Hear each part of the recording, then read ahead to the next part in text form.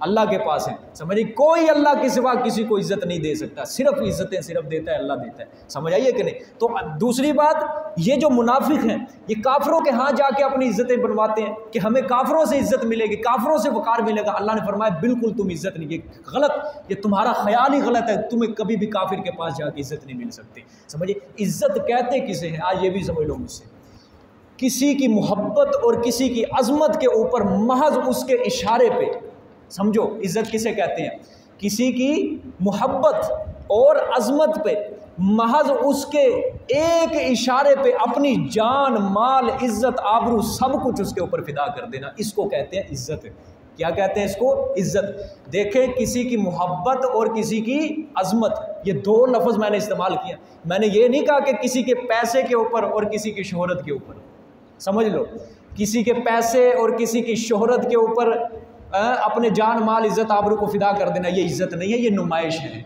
समझे, किसी की मोहब्बत और किसी की अजमत में महज उसके इशारों के ऊपर अपनी जान माल इज्जत आबरू फिदा कर देना। अरे तारीख गवाह है, याद रखना, तारीख गवाह है, ये इज्जत जो मिली है ये सिर्फ अल्लाह के नबियों को इज्जत मिली है।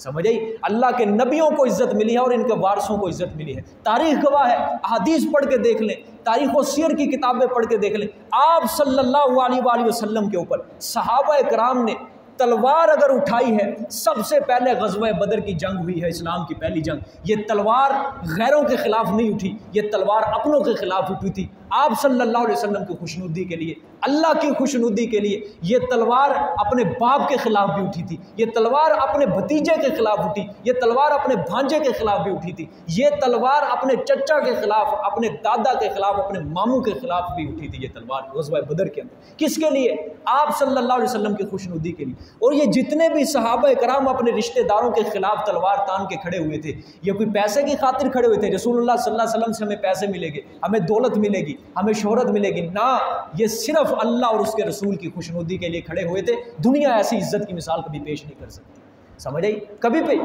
दुनिया के अंदर कई बादशाह गुजरे, हमें बादशाह अच्छा अपने वो इज्जत बनाने के लिए ना अपने वजीरों की नजायज़ ख्वाहिशात को भी पूरा कर देते हैं कि नहीं। लेकिन आप सल्लल्लाहु अलैहि वसल्लम की ज़िंदगी के अंदर मुझे कोई साबित करके दिखाए आप सल्लल्लाहु अलैहि वसल्लम ने इज्जत बनवाने के लिए नजायज़ ख्वाहिश को पूरा किया हो? नहीं, जायज़ ख्वाहिशात जो दीन ने बताई थी सारी आप सल्लल्लाहु अलैहि वसल्लम ने वो पूरी करके दिखाई। ऐसे बादशाह की दुनिया के अंदर कोई मिसाल पेश नहीं कर सकता, याद रखें, कोई पेश नहीं। बड़े बादशाह गुजरे हैं। इज्जत वो होती है जो दिल से की जाती है, याद रखना, ये इज्जत होती है। आप ये ना समझे कि किसी के पैसे को देख के, किसी की गाड़ी को देख के, किसी के बंगले को देख के अगर कोई किसी की इज्जत करता है, वो इज्जत नहीं है, वो नुमाइश है। याद रखना, वो नुमाइश है। समझ आई है, इज्जत होती है दिल से।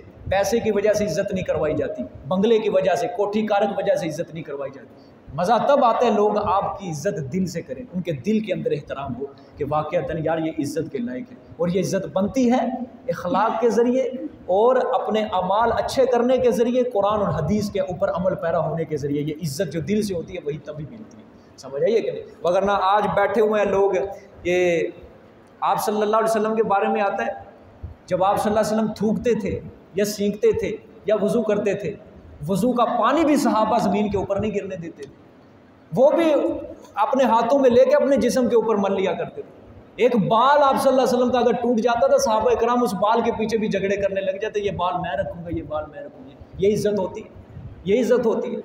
आप सल्लल्लाहु अलैहि वसल्लम के इर्द गिर्द सहाबा, इधर है सहाबा, इधर सहाबा, ये इधर सहाबा, ये दिल से इज़्ज़तें करने वाले थे। लेकिन आज अगर किसी पुलिस के इर्द गिर्द 20 बॉडीगार्ड हैं, अगर किसी अफसर के इर्द गिर्द 20 बॉडीगार्ड है, ये इज़्ज़त नहीं है, ये नुमाइश है, ये नुमाइश है। वो सिर्फ किराए के बॉडीगार्ड हैं, किराए के ऊपर तनख्वाहों की खातिर वो सारे उसके इर्द गिर्द हैं, ये इज़्ज़त नहीं है। समझ आइए, इज़्ज़त वो होती है जो सिर्फ दिल से की जाती है। समझ आइए, अल्लाह ताला से दुआ करा करो, या अल्लाह हमें दिल वाली इज़्ज़तें नसीब फरमा। समझ आई, कोई किसी से आपसे मतलब की दोस्ती ना करे, मतलब की इज़्ज़त ना आपसे करे। समझ आई, दिल से वो इज़्ज़त करे, ठीक है।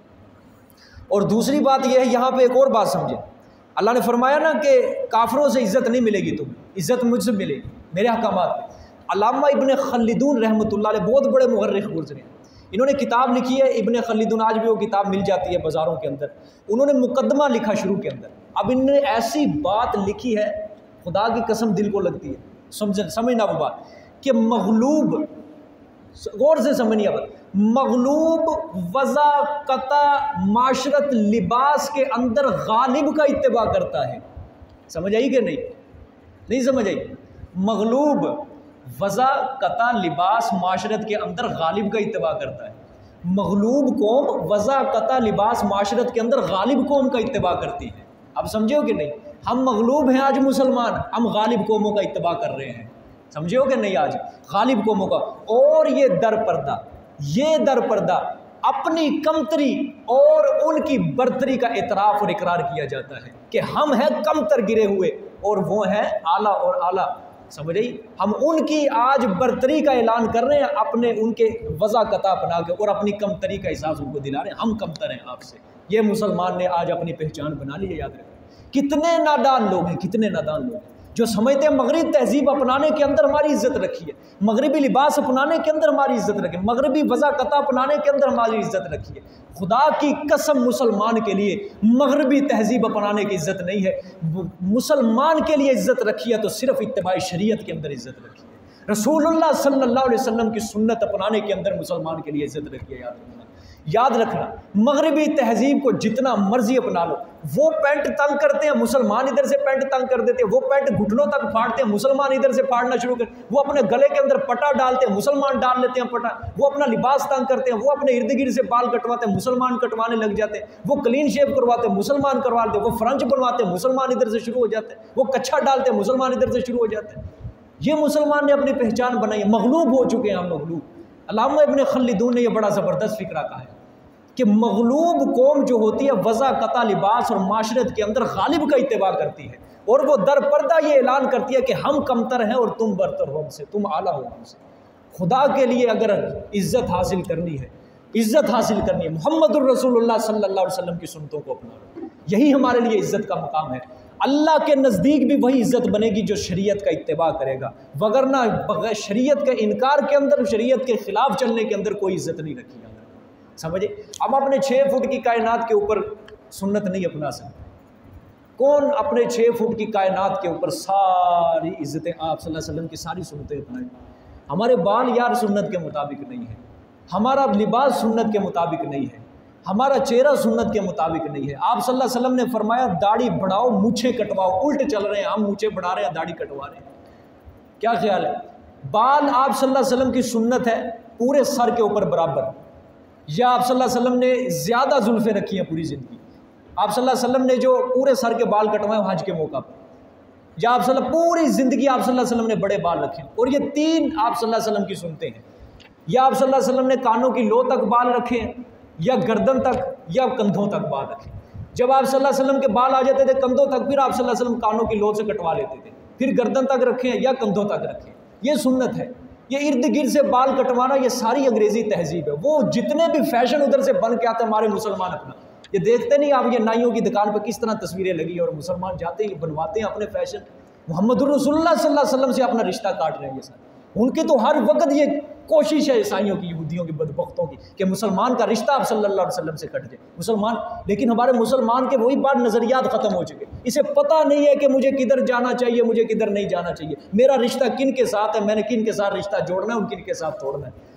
समझ आइए कि नहीं? आज मुसलमानों की पस्ती का यही वजह है, यही वजह है कि अपनी तरक्की का जो राज कुरान और हदीस था वो उसको छोड़ चुके हैं, उसको समझना, उसके ऊपर अमल करना और गैरों के दरवाजे के पीछे चल पड़े। इसीलिए तो ये गुण गाते हैं ये जितने भी अक्लमंद लोग अपने आप को फ़िलासफ़र समझते हैं। यार यूरोप वाले बहुत अखलाक वाले हैं, यूरोप वाले बड़ी तरक्की कर रहे हैं, वो इंसान को बड़े हकूक़ देते हैं, वो इंसान को बड़े हकूक़ देते हैं। बदबख्तों, ये सारे हमारे मोती थे गिरे हुए जो उन्होंने चुन लिए सारे अपनी जेबों के अंदर डाले, सारे उन्होंने कुरान पाक के अपने इस्लाम, हमारा इस्लाम जो थे, ये हमारे मोती जो हैं गिरे हुए हैं जो उन गैरों ने चुन लिए, वो सारे इसके ऊपर अमल कर रहे हैं। अखलाक जितना भी ये देखते हैं ना, ये सारे हमने क्या किया है, हम मुसलमानों ने क्या तरक्की की है? आज कोई तरक्की नहीं की। वो सारी तरक्की का राज अगर रखा है इस कुरान के अंदर रखा है, खुदा की कसम इस कुरान के अंदर।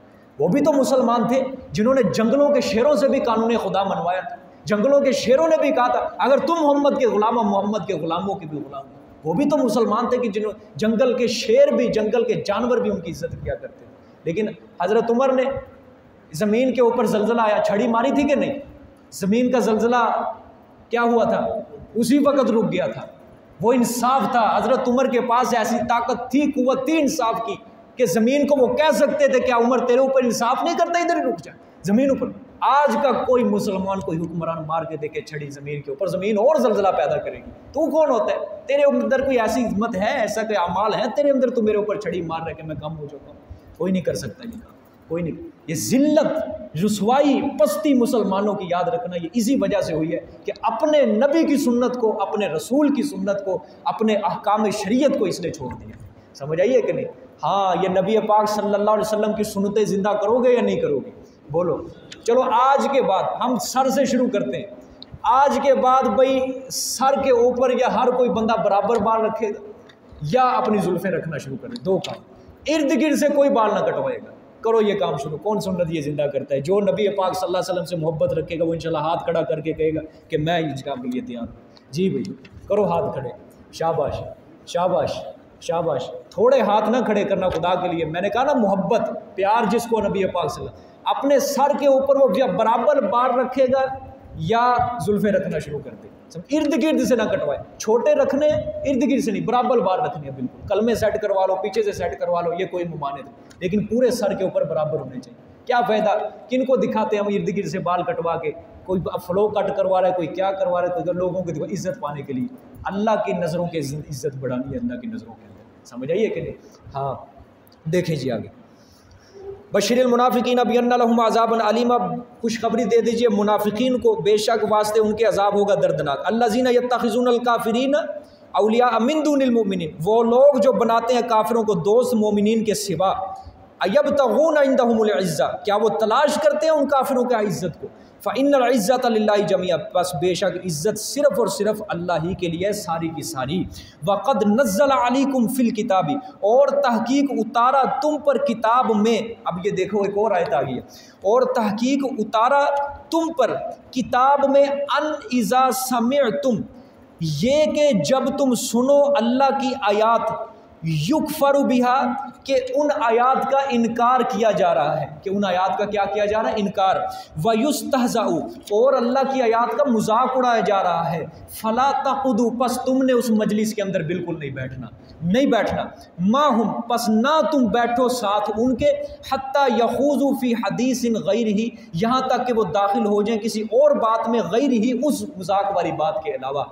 समझ आइए कि नहीं यार? इस आयत की मुझे तशरीह करने की कोई ज़रूरत नहीं है। समझ, खुलासा ये कि अपनी मजलिस, अपनी सोहबत को ऐसा बनाओ, अपनी हम नशीनी को ऐसा बनाओ कि जिसके अंदर बात हो सिर्फ अल्लाह और उसके रसूल की। समझ आई? नेक सोहबत, जिसके अंदर अल्लाह की आयात का मजाक उड़ाया जा रहा है, जिसके अंदर अल्लाह की आयात का इनकार किया जा रहा है, वो सोहबत इख्तियार कीजिए। अल्लाह ने फरमाया बिल्कुल नहीं, ऐसा नहीं करना, बिल्कुल उठ जाओ, उनके साथ बिल्कुल नहीं बैठना। समझ आई? आज हमारी जितनी भी हम नशीनियाँ सोबतें, उनको परख दे जाओ, इस आयत के ऊपर परख दे जाओ। शादियों के अंदर अल्लाह और उसके रसूल के अहकामात की नाफरमानी होती है या नहीं होती? मजाक उड़ाया जाता है, अच्छी तरह मजाक। सुन्नत हलाक हो जाती है, आप सल्लल्लाहु अलैहि वसल्लम की सुन्नत हलाक। किसी को जाके कह दो ना कि यार ये काम क्या करे, और यार इक्को बारी ते ब्याह होना, तू अज तेरे च भी मौलवी वाली रूह बढ़ गई, तेरे च इक्को बारी ते ब्याह करना, इक्को ही पुत्र है साडा, तू भी सानू वही तबलीग करन लग गया। ये है अल्लाह के अहकामात का मजाक, नाफरमानी, आप सल्लल्लाहु अलैहि वसल्लम की सुन्नत का मजाक। और याद रखना, जो इस तरह काम करता है वो काफिर हो जाता है, दीन इस्लाम से निकल जाता है। समझिए? ये दाढ़ी रखना, ये फ्रंच, चलो एक है क्लीन शेव, ये तो एक तरफ हो गया ना। अब इसका मजाक उड़ाना, फ्रंच रखना, ये है सुन्नत का इस्तिख्फाफ, सुन्नत का मजाक। इससे बंदा काफिर हो जाता है, याद रखना, सुन्नत का मजाक उड़ाने से। और ये हमारे मुसलमानों के अंदर आम चलता जा रहा है, चलता जा रहा है। इनको समझाया करो यार, समझाया करो इनको, ये काम ना करो। समझ आइए कि नहीं? हाँ, अल्लाह ने क्या फरमाया कि जब तुम्हारे ऊपर अल्लाह ताला ने उतारी किताब में आयात ये कि जब तुम सुबह अल्लाह की किताब को, अल्लाह की आयात को के इनकार किया जा रहा है, मजाक उड़ाया जा रहा है, अल्लाह ने फरमाया ऐसी मजलिसों के अंदर तुमने बिल्कुल नहीं बैठना। ऐसी मजलिसों, देखो हुकूमत के किसी कानून का बंदा मजाक उड़ाए, तमस्कुर उड़ाए, तो अदालत की तौहीन है। इसी तरह है ना, किसी मुल्क के बंदा कानून की तौहीन करे, मजाक करे, ये उस अदालत की तौहीन है, मुल्क की तौहीन है। अल्लाह के अहकामात की कोई बंदा तौहीन करेगा, ये अल्लाह की तौहीन नहीं होगी। ये दुनिया के अंदर तो हम समझ लेते हैं ये बातें, लेकिन जब दीन की बारी आती है उस वक्त क्यों नहीं किसी को पता चलता? समझ आइए कि नहीं? इसलिए इससे बचना चाहिए। हाँ, देखिए आगे, अगले जुमले पे गौर करना, इन्नकुम इज़म मिसलहुम, अगर बैठोगे तो बेशक तुम भी उसी की मिसल हो जाओगे। समझ आई? जहाँ पे अल्लाह के दीन का मजाक उड़ाया जा रहा हो, अगर उस मजलिस को इख्तियार करो, अल्लाह ने क्या फरमाया, तुम भी उसी की मिसल हो जाओगे। या तो बैठ के भी तरदीद करो कि ये काम ना करो, बिल्कुल ये इस्लाम के ख़िलाफ़ है, ख़िलाफ़ शरीयत है, ये काम ना करो बिल्कुल। अगर चुप करके बैठे रहोगे, सुनते जाओगे, भी वो भी बंदा गुनाहगार। अगर किसी मजलिस में इस्लाम की तौहीन हो रही है, अगर वो बंदा चुप करके बैठा रहेगा, सज़ा के अंदर वो भी बराबर का फिर शरीक हो। अल्लाह खुद फरमा रहे हैं, गौर कर लो, उंगली रख के इसके ऊपर गौर करो, अल्लाह ने तुम भी फिर उसी की मिसल।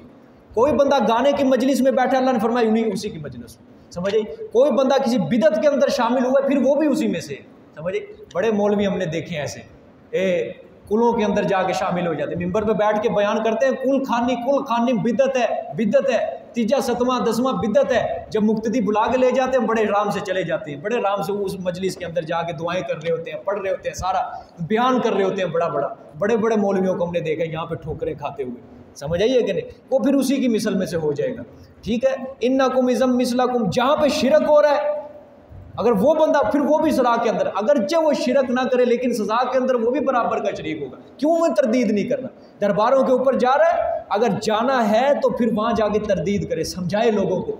इसी तरह नहीं चले जाना, समझाए लोगों को कि यार ये काम ना करो, समझ आई है, ये शिरक ना करो। अगर नहीं करेगा, वैसे चला जाएगा, तो फिर वो भी गुनाहगार होगा, बराबर का शरीक होगा उनके साथ, समझ आइए कि नहीं। हाँ, इन्नल्लाह जामिउल मुनाफिकीन वल काफिरीन फी जहन्नम जमीआ, बेशक अल्लाह जमा करेगा मुनाफिकीन को और काफिरों को जहन्नम में, सबको इकट्ठे, ठीक है। अल्लाह सब एक को घड़े में इकट्ठे जमा कर देगा इनको। अल्लाज़ीना यतरब्बसूना बिकुम फ़इन कान लकुम फ़त्हुम मिनल्लाहि क़ालू, वो लोग जो, ये मुनाफिकीन की दो रुखी का बयान है यहाँ पे।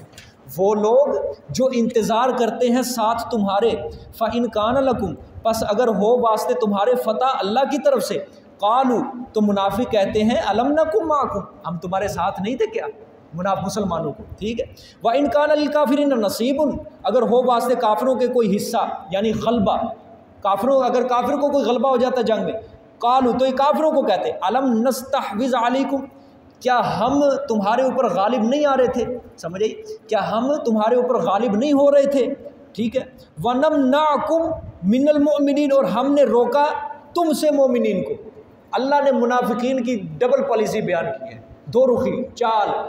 अच्छा, मिसाल मुनाफिक जो होते ना, कभी मुसलमानों के साथ कभी काफिरों के साथ, ये जब जाते थे ना मुसलमानों की तरफ से जंग के अंदर शामिल होते थे काफिरों के ख़िलाफ़, अगर मुसलमानों को फतह मिल जाती थी, माल गनीमत, अच्छा जब माल गनीमत तकसीम होता था, जाते थे ये बड़े बन ठन के जाते थे, पीछे हाथ रख के कि बड़ी बात है माशाल्लाह, माल गनीमत तकसीम हो रहा है, अच्छा बड़ी बात है, हमने भी तो आपका साथ दिए है ना, अलम नकुमा, हम भी तो आपके साथ थे, हमने आपकी तादाद के अंदर इजाफा किया, असले के अंदर इजाफा किया है, हमारी वजह से हमें भी दो कुछ ना कुछ माल, समझे, इधर से मुसलमानों से भी माल बटोर लिया, ठीक है। आगे बा इन कान लिल काफिरीन नसीबुन, अगर काफिरों को गलबा हो जाता, फतह मिल जाती, तो फिर काफिरों को कहते क्या तुम्हारे ऊपर हम गालिब नहीं हो रहे थे, यानी मुसलमानों की तरफ से होते थे ना, क्या हम तुम्हारे ऊपर गालिब नहीं हो रहे थे, हमने मुसलमानों को इधर उधर कर दिया, ओ ये काम पड़ गया, वो काम, मुसलमानों के हमने लश्कर को तोड़ के रख दिया।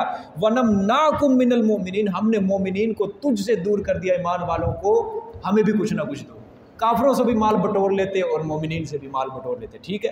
फल्लाहु यहकुमु बैनकुम यौमल क़ियामा समरा, बस अल्लाह हुक्म करता है तुम्हारे दरमियान, अल्लाह फैसला करेगा तुम्हारे दरमियान क़यामत वाले दिन, मोमिनीन मुनाफिकीन के दरमियान अल्लाह क़यामत वाले दिन फैसला करेगा।